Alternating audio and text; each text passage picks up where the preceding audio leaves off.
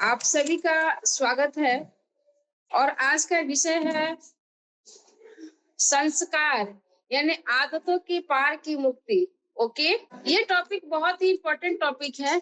संस्कार जो होते हैं ना, बहुत बड़ी चीज होते हैं व्यक्ति के अंदर, क्योंकि संस्कार से ही संसार की एक बहुत बड़ी कहानी बनती है। समझ रहे हैं? और वो कहानी अच्छी भी हो जाती है कभी कभी, और वो कभी कभी कहानी खराब भी हो जाती है।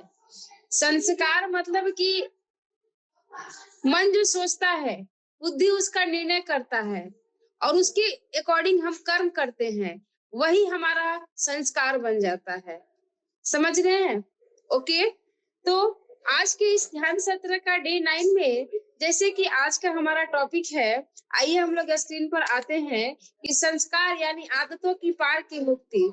तो मन अच्छा या बुरी नहीं होता है। जैसे कि हम लोग मन की बात करते हैं कि मन वही करता है जो उसने बार बार सीखा है। ओके, तो कहते हैं कि मन कभी भी अच्छा और बुरा नहीं होता है। मन जो होता है वो ट्रेंड एंड अनट्रेंड होता है, ट्रेंड एंड अनट्रेंड होता है।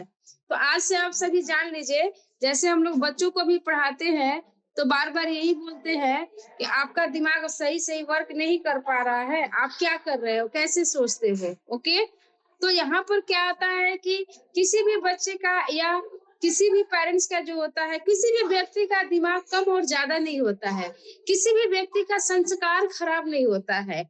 उसका मन और दिमाग और संस्कार, ये जो भी सब्जेक्ट है वो ट्रेंड एंड अनट्रेंड होता है। ओके, तो आइए हम लोग आज स्पेशल संस्कारों के ऊपर बात करने वाले हैं। ओके, तो आज का हमारा विषय है संस्कार यानी आदतों की पार की मुक्ति। मन वही करता है जो उसने बार बार सीखा है।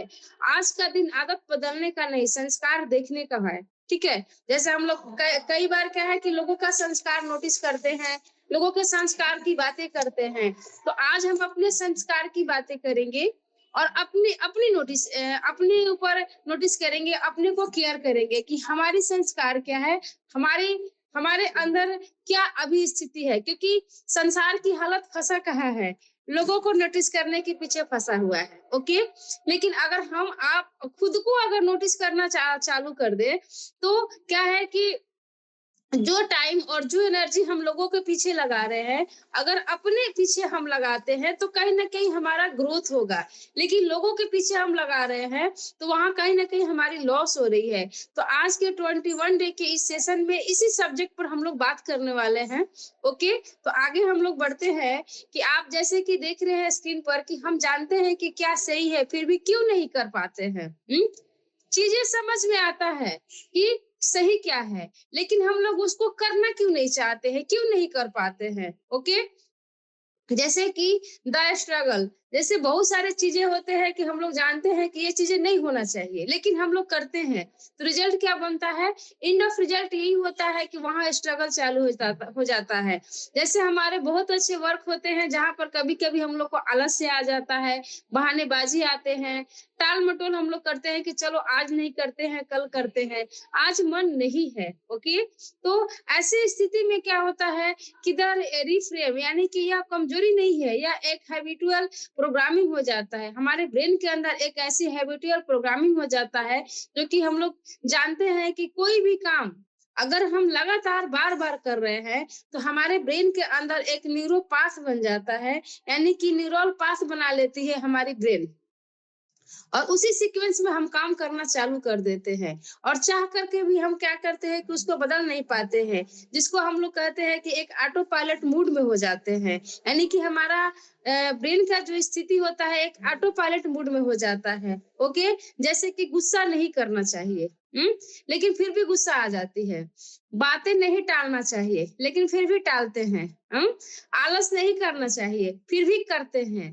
तो ये क्या होता है कि लंबी स्थिति से हम लोग करते आ रहे हैं, इसको चेंज नहीं कर पा रहे हैं, तो हमारे ब्रेन के अंदर एक पैटर्न बन जाता है। ओके, तो हम लोग आगे बढ़ते हैं कि आदत का विज्ञान, यानी कि इसके पीछे एक साइंस है। समझ रहे हैं? जो हमारे अंदर आदतें हैं, जो संस्कार पड़े हुए हैं लंबे समय से, तो उसका एक साइंस है।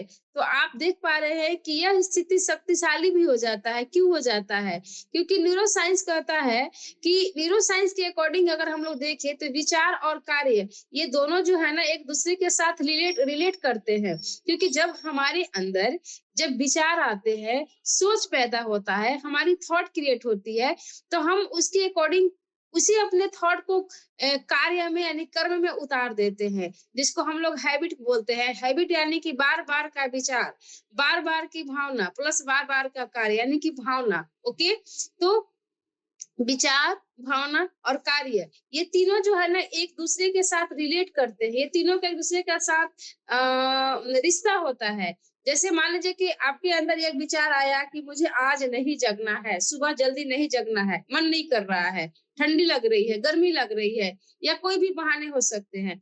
तो वहां वही वाले इमोशंस क्रिएट हो जाते हैं और उसी के अकॉर्डिंग हम लोग परफॉर्म कर देते हैं यानी कर्म में उतार देते हैं। ओके, तो हम लोग यूं कहे कि जब कोई चीज बार बार होती है तो दिमाग उसे सेफ मान लेता है कि यही ठीक है और शरीर उसे कंफर्ट मान लेता है। कंफर्ट जोन में वो मतलब मान लेता है कि ये ठीक है, क्योंकि कंफर्ट जोन हर किसी को पसंद है। लेकिन अगर हम कंफर्ट जोन को तोड़ना सीख ले तो वहां से चीजें बदलना चालू हो जाता है। इसलिए बदलाव यानी खतरा लगता है। और कभी कभी क्या होता है कि जब हम बदलने चाहते हैं तो वो बदलाव हमारे लिए मुसीबत लगता है कि ये संभव नहीं है, खतरा साबित होने लगता है। लेकिन इंसान चाहे तो सब कुछ संभव है। ओके, तो आइए हम लोग आगे बढ़ते हैं कि शरीर विरोध करता है चीजों को। कभी कभी क्या होता है ना कि शरीर विरोध करता है, जैसे कि आप देख रहे हैं, और ये बहाने नहीं है, यह एक पुरानी ये केमिकल एडिशन है। ओके, केमिकल एडिशन एडिक्शन है। तो यहाँ पर आप देख रहे हैं कि जैसे सिर दर्द होता है, आज मत करो, कल कर लेंगे, मौसम ठीक नहीं है, ऐसे ऐसे बहाने आते हैं। बहुत थकान है, सिर में दर्द है, तो शरीर क्या होता है कि विरोध करने लगता है। जब हमारे अंदर की स्थिति करने वाला नहीं होता है, मन में आ जाता है कि नहीं करना है, तो 10 बहाने हमारे मन के अंदर आने लगती है, 10 स्थिति पैदा होने लगती है। यानी कि शरीर उसको रिएक्ट करता है, रोकने लगता है कि नहीं नहीं करो। अगर नहीं इच्छा है तो हमारी भी इच्छा नहीं है, शरीर भी यही कहता है। शरीर भी जवाब, जैसे हम लोग कहते हैं ना कि मेरा शरीर आज जवाब दे दिया है। तो शरीर कब जवाब देता है? जब हम अपने विचार को उस लेवल पर लेके जाते हैं कि आज नहीं करना है, तो शरीर भी उसको ना इंडिकेट करने लगता है कि ठीक है मत करो, क्योंकि मेरा भी आज मन नहीं है। ओके, तो ये बहाने नहीं है, यह एक केमिकल एडिक्शन है। ओके, आगे हम लोग बढ़ते हैं। असली समस्या आदत नहीं संस्कार है। संस्कार हमारे अंदर बहुत लंबे समय से हमारे अंदर चलते रहा है, जिसका कारण होता है कि हम लोग उस हैबिट में आ जाते हैं। आदत क्या होता है कि दिखाई देने वाला परिणाम है। ओके, जैसे कि मेरी आदत खराब है, मेरी विल पावर कमजोर है। ओके, और संस्कार क्या है कि अंदर बैठा कारण है। आप स्क्रीन पर देख रहे हैं कि एक पहाड़ है जो कि ऊपर दिख रहा है और उसकी कुछ ऐसी चीजें हैं जो कि पानी के अंदर है, वो दिखता नहीं है। तो संस्कार दिखता नहीं है, वो अंदर बैठा होता है। ओके, और आप जो दिख रहा है वो हमारे आदत होते हैं कि जो बाहरी हम लोग परफॉर्मेंस करते हैं वो दिखने लगता है। ये सर नो दिखता है ना, दोनों दो चीजें है ना, आदत और संस्कार। अभी तक कितने लोगों को पता था कि आदत और संस्कार दो चीजें होता है? पता है तो लिखिए यस, नहीं पता है तो लिखिए कि नो मुझे पता ही नहीं था, ताकि मुझे भी पता चले कि सेशन में क्या चीजें क्लियर हो रहा है। ओके, तो आप लोग चैट में लिख सकते हैं। आइए, ओके, पूजा जी लिख रही है कि yes. Okay, no, Neelam ji लिख रही है मुझे नहीं पता था। चलिए, बहुत अच्छी बात है कि नहीं पता था, तो आज की सेशन में ये चीजें क्लियर हो रहा है। ओके, बहुत बढ़िया, आप सभी ने आंसर किया। आगे बढ़ते हैं। जैसे वेदों की दृष्टि से हम लोग देखें कि संस्कार चक्र कैसे बनता है। हम लोग वेदों और शास्त्रों के हिसाब से अगर देखें तो ये संस्कार बनता कैसे है। ओके, तो जैसे ऋग्वेद के हिसाब से बताया गया है कि जैसा चिंतन वैसा कर्म और वैसा कर्म वैसा जीवन। ओके। तो अपने वेदों के हिसाब से हम बात करते हैं तो हमारे वेद में भी ये चीजें बताई गई है कि जैसा हमारा चिंतन होता है वैसा ही मेरा कर्म होता है और सेम हमारा वैसा ही जीवन बनता है। तो कहते हैं कि बार बार का चिंतन, बार बार का कर्म, वही जीवन यानी कि यही है संस्कार चक्र। ओके, आप लोग क्लियर देख समझ पा रहे हैं कि संस्कार चक्र होता क्या है? तो आप यहाँ पर देख रहे हैं कि जैसे बार बार का चिंतन और बार बार का कर्म और वही जीवन, यानी कि यही है संस्कार चक्र। तो आगे हम लोग ये बहुत सारे संस्कार चक्र के बारे में अगर आप ऋग्वेद अगर स्टडी करते हैं तो ऋग्वेद के अंदर इसके ऊपर बहुत अच्छे से रिफाइन किया गया है। ओके, तो आप कोशिश करें कि और आपको डेप्थ जानकारी लेनी है तो आप जाकर के एक बार स्टडी कर सकते हैं, गूगल कर सकते हैं संस्कार चक्र के बारे में। ओके, फिर आगे हम लोग बढ़ते हैं कि वह क्षण जब 90% लोग हार मान लेते हैं। ओके, तो हमारे लाइफ में कभी एक ऐसे क्षण भी आते हैं जो कि 90% लोग जो होते हैं मान लेते हैं। जैसे एक व्यक्ति नई आदत शुरू करता है, ओके, और नई आदत में क्या होता है कि कुछ समय के लिए किसी के कहने से, जैसे कि मान लीजिए कि किसी के कहने से कि सरिता मैम बहुत अच्छा ध्यान के ऊपर लाइव क्लास दे रही है, चलो ज्वाइन करते हैं। तो कुछ लोग क्या करते हैं कि एक दिन देखे, 2 दिन देखे, अच्छा लगा, फिर तीसरा दिन छोड़ो, आज मन नहीं कर रहा है, आज कहीं और जाना है। हम्म, तो जस्ट लाइक आप देख रहे हैं स्क्रीन पर कि जैसे ध्यान है, व्यायाम है, अनुशासन है। ओके, तो क्या होता है कि 5-7 दिन लोग करते हैं, अच्छा लगता है, फिर इसके बाद दवाल, फिर क्या होता है कि आज एक वाल खड़ा हो जाता है। जब अच्छा लगने लगता है तो हमारी जो आदतें होती है लॉन्ग टाइम से, जो हमारी एक न्यूरोपाथ जो हमारे अंदर, यानी कि न्यूरोपाथ जो बना लेती है हमारी आदतें, तो वहां पर एक फिर क्या होता है ना कि धीरे धीरे एक वाल खड़ा कर देता है कि चलो 5-7 दिन कर लिए ना, बहुत अच्छा लगा, चलो आज छोड़ देते हैं, आज मूड नहीं है, आज समय नहीं है, आज कहीं जाना है। लेकिन देखिए, जब चीजें पसंद आ जाए और जिस जगह से हमारे लाइफ की एक अच्छी लेसन सिखाई जा रही है तो कोशिश ये करें कि कैसे भी उसको हम टेकअप करें। ओके, जैसे कि अभी सेशन के दौरान हम देख रहे हैं कि कुछ लोग अभी लगातार इसको टेकअप करने की प्रयास कर रहे हैं और मुझे इतना पता है कि जिस दिन आप लोग ज्वाइन करते हैं तो एक उम्मीद होती है कि आज कुछ अच्छा मिलने वाला है, आज कुछ खास मिलने वाला है, होता है ना। और मैं अपनी आपकी उम्मीद के अकॉर्डिंग डे बाय डे एक नई लेसन लेकर के आ रही हूँ और मुझे उम्मीद है कि आप सभी यहाँ से बहुत अच्छी लेसन सीख पा रहे हो, लर्न कर रहे हैं यहाँ से। और उम्मीद है कि आपके लाइफ में एक अच्छी चेंज भी आएगी, जो कि आप अगर इस पर कंटिन्यू ध्यान दे तो एक वाल, यानी कि एक ऐसे वाल खड़े हो जाते हैं जैसे कि आज छोड़ देते हैं, पहले जैसा ही ठीक था। शरीर थका दिखाता है, दोस्त और परिवार समझते नहीं है। तो यही वह क्षण है जब आप संस्कार बदलने की सीमा पर होते हैं। जब हमारे ब्रेन के अंदर, हमारे मन के अंदर, विचारों के अंदर ऐसे वाल खड़े होते हैं, वाल इस टाइप की दीवार खड़े होते हैं, तो वैसे ही जगह पर वही का स्थान होता है, यही वह क्षण होता है जब संस्कार बदलने की सीमा पर होते हैं। यानी कि कहते हैं कि जब पेड़ सूख जाता है तो हम लोग क्या कहते हैं कि पेड़ सूख गया है, तो कभी कभी क्या होता है कि उसी सूखे हुए पेड़ से ना एक नया कोपल निकलता है, एक नया पौधा उसी उसी जड़ से पैदा होता है। यानी कि वो पेड़ का एक लाइफ होता है जो कि ऊपर से सूखता है, लेकिन उसकी जड़ें सूखी नहीं होती है, तो एक नया कोपल वहां से निकलता है। यानी कहने का मतलब ये है, अकॉर्डिंग टू माय एक्सपीरियंस, कि ये जो संस्कार की जो हम लोग बातें कर रहे हैं कि ये स्थिति आ रही है, तो थोड़ा सा हम लोग केयर करें तो यहाँ से हम अपने को बदल सकते हैं। जहां हमारी थकान फील हो रही है, जहां हमारे अंदर लग रहा है कि गलत हो रही है, तो वही एक पॉइंट होता है जहां से हम चीजों को बदल सकते हैं। तो आपकी नॉलेज के ऊपर डिपेंड कर रहा है, आपकी ट्रेनिंग के ऊपर डिपेंड कर रहा है कि आप अपने को कितना किस लेवल से ट्रेंड किए हैं। ओके, तो अगर आपके जीवन की दिशा में सही से ट्रेनिंग मिल गई है तो जाहिर सी बात है कि आप वहां पर एक चेंज ला सकते हैं। ओके, आगे बढ़ते हैं। आप भी बैठ जाइए अच्छे से।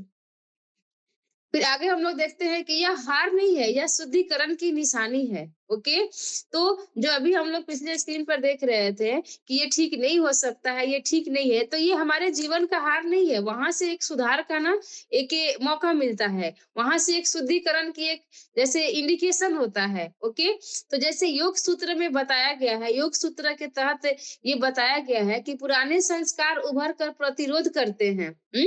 और डिस्कम्फर्ट यानी कि रिवायरिंग प्रोसेस, असुविधा, मस्तिष्क के यदा यनादन तार-तार होने की प्रक्रिया, यानी कि योग सूत्र के तहत बताया गया है कि जब हमारे अंदर के पुराने संस्कार उभरते हैं, तो प्रतिरोध करते हैं, यानी कि वहाँ पर एक प्रतिरोध की क्षमता बनती है। लेकिन डिस्कम्फर्ट यानी कि रिवायरिंग प्रोसेस के तहत बताया रिवायरिंग यहाँ पर क्या होता है कि रिवायरिंग होती है। जैसे चीज़ें टूटता है, तो हम लोग वहाँ पर एक रिवायरिंग का कार्य करते हैं, उसको फिर से वायरिंग करते हैं, फिर से जोड़ते हैं, फिर से बनाते हैं। तो जस्ट लाइक है हमारे लाइफ का लेसन कि अगर वहां पर कुछ ऐसी चीजें हो रही है, कोई प्रतिरोध, कोई क्रिया प्रतिक्रिया आ रही है, तो वहां से चीजों को रिवायरिंग किया जा सकता है, यानी कि उस चीजों को जोड़ा जा सकता है, फिर से सुधारा जा सकता है। ओके, तो ये फेलुअर नहीं है, यह शुद्धिकरण की निशानी है, यानी कि ये फेलुअर का लेसन नहीं होता है कि ये चीजें अब फेल हो गया, नहीं हो सकता है। यहाँ से एक शुद्धिकरण, एक बदलाव लाया जा सकता है। ओके, आगे बढ़ते हैं हम लोग। तो जैसे गीता का अचूक समाधान, तो गीता के अचूक समाधान यानी कि भगवत गीता 6.35, यानी कि इस अभ्यास और वैराग्य से मन को अ, इस अभ्यास और वैराग्य से मन को वश में किया जा सकता है। जैसे कि बताया गया है कि श्रीमद् भगवत गीता के हिसाब से बताया गया है कि अगर हम इस तरीके से अपने ऊपर फोकस करते हैं, तो इन सब चीजों को सुधारा जा सकता है, अपने वश में किया जा सकता है। ओके, तो एक अभ्यास है कि रोज एक छोटा स्थिर कदम, रोज एक छोटा स्थिर कदम, इसके बाद ये अभ्यास है, फिर वैराग्य है, परिणाम से चिपकाव छोड़ना। यानी कि देखिए, अब यहाँ पर हम लोग क्लियर करते हैं कि अभ्यास में क्या है कि एक छोटा यानी कि एक स्थिर कदम, कोई ऐसा विषय ले, कोई ऐसा टॉपिक ले जो हमारे लिए सही नहीं है, लेकिन क्या होता है कि हम लंबे समय से उसके उसके अधीन बने रह रहे हैं। ठीक है, तो वहां पर जब अधीन बन रहे हैं, कोई एक टॉपिक ले, जैसे टॉपिक मान के चलिए कि मुझे सुबह उठना जरूरी होता है, योग थी साधना करना या प्राणायाम जो भी है करना जरूरी होता है, ये शरीर के लिए अच्छी लेसन है, बट हम लोग इसको नहीं कर रहे हैं, उसी हैबिट में जी रहे हैं। तो यहाँ पर एक वैराग्य वाली स्थिति आप क्रिएट कर सकते हैं। परिणाम से चिपकाव छोड़ना, यानी कि आप जो रिजल्ट के बारे में बहुत ज्यादा सोचते हैं, तो उस रिजल्ट पर फोकस ना करके वर्तमान में उस कार्य पर फोकस करें कि मैं आज ये करूंगी। ओके, और ये मेरे लिए बहुत अच्छी चीज है, तो मुझे फोकस ये करना है कि जो मेरे लिए अच्छा कार्य है, जो मेरे लिए मेरे लाइफ को एक अच्छा दिशा दे सकता है, मेरा को फिजिकल मेंटल स्ट्रॉन्ग कर सकता है, तो आप उस कदम पर फोकस करें, ना कि उसके रिजल्ट पर ज्यादा चिपकाव बना के रखना है। ओके, ये मखनी आगे हम लोग गरम बढ़ते रखता हैं है। कि बंधन और मुक्ति दोनों मन के भीतर है। ओके, देखिए, एक बंधन भी है और एक मुक्ति भी है, ये दोनों मन के ऊपर है, बट डिपेंड ये करता है कि हमारे जीवन का पैटर्न हम कहाँ है। ओके, हम कहाँ है।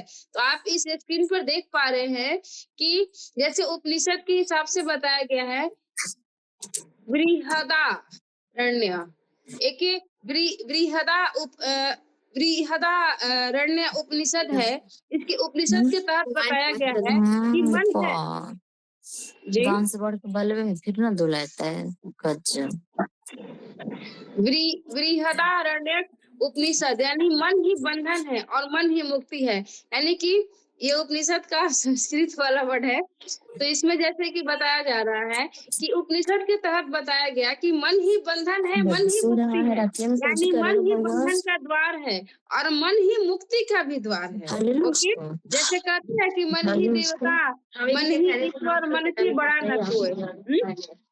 आप ये सुने होंगे, तो मन ही सब कुछ होता है, जहाँ से हम मुक्ति भी पा सकते हैं या अपने अंदर इस बंधन को भी लगा सकते हैं। तो जब हम मुक्ति की द्वार खोलते हैं तो हमारे जीवन के लिए अच्छा होता है, और एक बंधन में जी रहे होते हैं तो हमारे लिए गलत होता है। गीता मैम, जी पूजा मैम का माइक ऑन है, जिससे सुनने में माइक ऑन है। डिस्टरबेंस हो रहा है।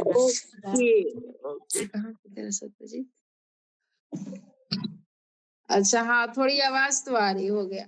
थोड़ा आप लोग ध्यान देंगे ताकि हम लोग क्लास को समय से इस तरीके से मैनेज करें। तो आइए आगे हम लोग बढ़ते हैं। तो अभी हम लोग जैसे उपनिषद के तहत ये बातें कर रहे थे कि मन ही बंधन होता है, मन ही मुक्ति होता है। तो आप किसी आदत से बंधे नहीं है, आप उसी अनकॉन्शियस क्या है जी, रिपीटेशन। तो जैसे कि हम लोग यहाँ पर कहते हैं कि आप किसी आदत से बंधे नहीं है, आप उसी अनकॉन्शियस रिपीटेशन यानी कि अचेतन पुनरावृत्ति से बंधे हैं। ओके, तो हम लोग आगे बढ़ते हैं। यानी कहने का मतलब कि हम अपने मन को जैसे चाहे, जो जिस चीज को निकालना चाहे उस चीज को हम लोग निकाल सकते हैं। अब डिपेंड हमारे ऊपर है कि हम बंधन में जीना चाहते हैं कि अपनी लाइफ को उस बंधन से मुक्त करना चाहते हैं। क्योंकि कोई ऐसी चीज नहीं है जिसका सोल्यूशन नहीं है। हमारे जीवन का कोई भी ऐसा लेसन है जिसका सोल्यूशन नहीं है। हर प्रॉब्लम का सोल्यूशन होता है। डिपेंड हमारे अंदर है कि डिपेंड हमारे ऊपर होता है कि हम वहां से क्या निकाल रहे हैं। ओके, हम अपनी लाइफ को किस वे में लेके जाना चाहते हैं। ओके, तो हम लोग आगे बढ़ते हैं कि लड़ने से नहीं, देखने से होता है समाधान। कितनी अच्छी बात है कि किसी भी चीज से फाइट करने से उसका समाधान नहीं होता है। उसको आप साक्षी भाव से होकर के देखिए कि चल क्या रहा है, चीजें क्या चल रहा है। जैसे एक उदाहरण हम लोग लेते हैं कि घर के अंदर या किसी सोसाइटी के अंदर बहुत युद्ध टकराव होता है, और देश के अंदर भी होता है। तो क्या उस युद्ध से उसका समाधान होता है? कभी हुआ है? नहीं होता है। लास्ट में क्या होता है, चाहे देश लेवल का युद्ध हो या अपने घर का हो या अपने सोसाइटी का हो, किसी भी सोसाइटी के अंदर लास्ट में क्या होता है कि दोनों पक्ष को ना बैठना पड़ता है सामने से, और फिर एक टू द पॉइंट वहां पर नोटिस किया जाता है कि बताइए युद्ध का कारण कहाँ से पैदा हुआ है। फिर हम लोग वहां जड़ में आते हैं जहां से चीजें बिगड़ा होता है। और फिर वहां पर आकर के हम एनालिसिस करते हैं, सुधार का प्रयास करते हैं। फिर दोनों पार्टी बैठ करके क्या करते हैं, सोल्यूशन निकालते हैं कि ठीक है, कुछ समझौते तुम कर लो, कुछ समझौते हम कर लेते हैं। फिर वहां युद्ध समाप्त होता है। तो कहने का मतलब ये है कि जो चीजें हम लोग युद्ध के बाद करते हैं, तो क्या उसको हम साक्षी भाव होकर के उसको अगर सही सही तरीके से एनालिसिस करके वो चीजें हम पहले कर ले, तो क्या कभी युद्ध की स्थिति होगी? यस और नो? नहीं होगी। ठीक है, तो जानकारी के अभाव में क्या होता है, पहले हम लोग युद्ध कर ही लेते हैं, चलो देख ही लेते हैं। इसके बाद जो होगा सो करेंगे, यही करते हैं ना। तो वहां पर क्या होता है कि चीजें और बिगड़ जाता है। अच्छा है कि जो भी चीजें बिगड़ रही है तो एक बार बैठ के दोनों पार्टी बात कर ले। समझ रहे हैं? तो जो गलतियां करके हम वापस आते हैं, तो पहले ही इस पॉइंट पर आ जाए तो क्या होता है, तो वहां कारण क्या होता है कि हम आते क्यों नहीं, क्योंकि हमारे अंदर साक्षी भाव नहीं होता है चीजों को देखने का, समझने का, एनालिसिस करने का कि मिस्टेक हो कहाँ से रहा है। वहां पर क्या होता है कि भाव दूसरा हो जाता है, हमारे विचारों में थोड़ी सी कमी आ जाती है सोचने और समझने में, जहाँ की हम गलत वे में चले जाते हैं, भटक जाते हैं। ओके, तो आज का ध्यान आदत रोकने के लिए नहीं है, या उसे सुधारने के लिए नहीं है, या सिर्फ उसे देखने के लिए है कि चीजें कहाँ से बिगड़ रही है, चीजें कहाँ से बनाई जा सकती है। जैसे साक्षी दृष्टा बोलते हैं ना, कि साक्षी दृष्टा होकर के देखो, सुनो और ऑब्जर्व करो, समझो, इसके बाद आपको एंड ऑफ रिजल्ट पता चलेगा। ओके, तो जैसे कि जो दिख जाता है वह पकड़ छोड़ देता है। ओके, तो कभी कभी क्या होता है कि कुछ चीजें हैं जो कि दिखता है, फिर वह पकड़ छोड़ देता है। तो आइए आगे बढ़ते हैं कि होता क्या है। जैसे कि इसके बाद क्या होता है कि अब हम लोग ध्यान प्रक्रिया के तहत इस पर हम लोग समझेंगे कि साक्षी भाव का अभ्यास। अब देखिए, जैसे कि हम लोगों ने देखा है स्क्रीन पर कि जो दिख जाता है वह पकड़ छोड़ देता है। ओके, तो जैसे यहाँ पर आप हम लोग एक ध्यान के तहत समझेंगे, साक्षी भाव का अभ्यास करेंगे। जैसे अभी हम बात कर रहे थे कि चीजों को साक्षी होकर आप देखिए, ऑब्जर्व कीजिए, सुनिए कि कहाँ तक चीजें सही है, और हो सके तो सामने वाले से आकर बैठ करके बात कर लीजिए। तो यहाँ पर क्या होता है कि एंड ऑफ एक सही रिजल्ट आती है। ओके, तो जैसे हम लोग एक साक्षी भाव का अभ्यास कर लेंगे। बहुत लंबे समय से हम लोग सुन रहे थे, तो जहां भी आप बैठे हैं काफी कंफर्ट जोन में बैठ जाइए। बिल्कुल अपने शरीर को ढीला करके बैठ जाइए। ओके, शरीर को ढीला छोड़िए और अच्छे से बैठ जाइए और अपने दोनों कंधे को भी एकदम ढीला छोड़िए। और 2 से 3 बार आप गहरी सांसें लीजिए और सांसों को होल्ड कीजिए, फिर उसको रोकिए। ये वाला अभ्यास आप लोग कर लीजिए। अपने श्वास पर पूरा फोकस करेंगे।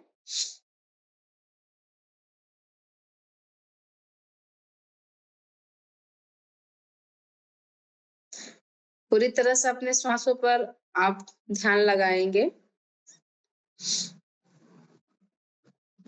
1 से 2 मिनट और सांस लीजिए, फिर श्वासों को धीरे-धीरे आप होल्ड कीजिए और उसको बाहर निकालिए धीरे-धीरे। सांस लेना है, उसको बाहर छोड़ना है और एकदम न्यूट्रल स्थिति में रहना है, कोई युद्ध नहीं करना है। बिल्कुल न्यूट्रल स्थिति में, जैसे आपको अच्छा लग रहा है। आंखें आप बंद कर लेंगे और अपने श्वास को देखेंगे। अपने श्वास को ऑब्जर्व करिए कि मेरी श्वासें चल कैसे रही है। ओके, इसके बाद आप अपने आप को अभी ऑब्जर्व करेंगे कि मन के बहाने देखें। कुछ ऐसे बहाने आप देखिए जो बहाने आप कभी-कभी समय पर यूज करते हैं। ऐसी कौन-कौन से बहाने होते हैं जिसको आप यूज करते हैं, उसको आप देखिए। कभी कुछ ऐसी स्थिति होती है जो आपके अनुकूल नहीं होती है, तो आप वो बहाने बना लेते हैं। उस बहाने को आप देखिए और शरीर की बेचैनी देखिए। फिर वैसे स्थिति में शरीर की क्या बेचैनी होती है? जैसे कि मन परेशान होता है, कोई बहाना बनाते हैं तो मन दुखी हो जाता है, मन उदास हो जाता है। कोई ऐसी बेचैनी आप देखिए। कुछ भी बदलना नहीं है, कुछ भी नहीं बदलना है। जो आ रहा है आने दीजिए, जो हो रहा है होने दीजिए। जो फील कर रहे हैं उसी को फील कीजिए।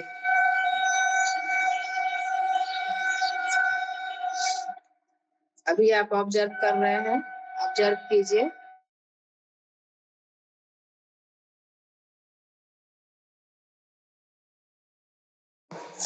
खुद को ऑब्जर्व कीजिए। इन सभी सवालों के साथ आप खुद को ऑब्जर्व कीजिए। ओके, बहुत अच्छा आप ऑब्जर्व कर पा रहे हैं। बिल्कुल साक्षी भाव से ऑब्जर्व करेंगे, कोई दिमाग नहीं लगाना है। साक्षी भाव से, साक्षी बनते ही संस्कार की ग्रंथियां ढीली पड़ती है। ओके,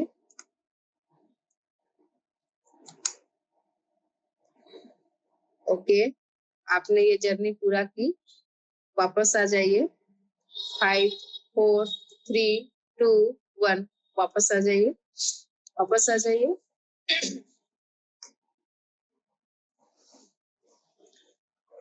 तो आप सभी ने कुछ बहानों को देखा। आपके मन में कुछ ऐसी बातें आ रही थी जो आप समय पर कभी-कभी वो बहाने बना लेते हैं। जैसे आपके घर के पति देव बोलते हैं कि आज मेरे को कुछ अच्छा खाना खाने का मन है, कुछ टेस्टी खाने का मन है, तो आपकी मूड होती है कि आज उतना अच्छा मूड नहीं है मेरा। ऐसा करते हैं, मार्केट से ही कुछ टेस्टी चीजें मंगा लेते हैं, काम चला लेते हैं। हुँ? तो मन में एक बेचैनी आती है। मैं एग्जाम्पल के तौर पर समझा रही हूँ कि अरे ये तो कभी बोलते नहीं है, लेकिन आज बोल दिए और मेरा मन नहीं था, मैं करूँ तो क्या करूँ? सॉल्यूशन तो दे देते हैं, लेकिन थोड़ी बेचैनी आ जाती है। हुँ? थोड़ी-सी हँसी वाली भी बात होनी चाहिए। आती है ना? रियल बताएँगे आपको। सॉल्यूशन दे देते हैं क्योंकि मन नहीं होता है, लेकिन क्या होता है कि बेचैनी भी आती है। तो यहाँ पर जैसे इसके बाद हमने अगला स्टेप बताया कि कुछ बदलिए नहीं, यानी कि मतलब ये एग्ज़ाम्पल हम दे रहे हैं कि ऐसी बहुत सारी चीज़ें हमारे साथ होती है, एग्ज़ाम्पल्स होते हैं।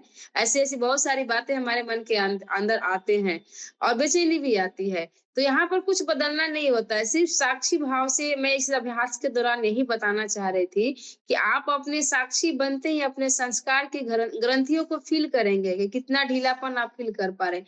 क्योंकि जब आपकी स्थिति साक्षी भाव वाली होगी ना, तो हमारे संस्कार की ग्रंथियाँ बिल्कुल ढीला होने लगता है, ओके? हमारी स्थिति बिल्कुल एकदम न्यूट्रल एक बैलेंस में आ जाता है। ओके, तो आते हैं फिर इसके बाद मुक्ति का सुनहरा नियम, जैसे द ओल्ड वे, यानी कि मुक्ति का यहाँ पर कुछ ऐसे नियम्स बताए गए हैं जो आप स्क्रीन पर देख रहे हैं। द न्यू वे, जैसे यहाँ पर अगर हम इन सब चीजों से मुक्त होना चाहते हैं, जैसे लड़ना, दबाव, खुद को दोष देना, तो यहाँ पर क्या होता है कि आप 3 पॉइंट देख रहे हैं कि ये सारे ओल्ड वे है, पाथ है। तो न्यू वे यानी कि न्यू पाथ के अकॉर्डिंग हम लोग अगर देखें, तो जैसे सिर्फ देखना होता है स्थिति को, घटना को, चीजों को, समझ रहे हैं। फिर इसके बाद क्या होता है कि स्वीकार करना होता है, जो है जैसे है जिस रूप में उसे स्वीकार करके आगे बढ़ने में ही भलाई है। लोग कहते हैं ना कि कुछ भी हो, जैसा भी हो, उसको स्वीकार करके आगे बढ़ो, इसी में भला है, बहुत ज्यादा फंसने में भला नहीं है। ओके, फिर हम लोग आगे बढ़ते हैं। फिर भी करना है। ओके, तो जैसे आदत डर से चलती है, जागरूकता से क्या होता है, टूटती है। हम लोग यहाँ पर क्या जानना चाह रहे थे कि मुक्ति के कुछ ऐसे सुनहरे नियम्स होते हैं कि उसको हमको स्वीकार करना है और उसको आगे बढ़ जाना है। आदत डर से चलती है, जागरूकता से टूटती है। ओके, तो बहुत सारे आदत होते हैं कि हमारे डर के हिसाब से,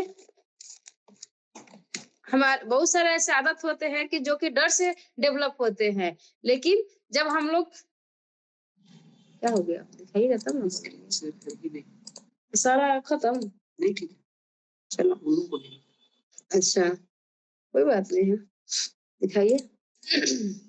और अगर हमारे अंदर जागरूकता आ जाए तो ये पैटर्न जो होते हैं ना वो टूटने लगते हैं। ओके, फिर आगे हम लोग बढ़ते हैं। स्क्रीन पर तो शेयर किए थे, लेकिन मैं इन लोग को देखने के लिए उसको स्क्रीन पर ला दी।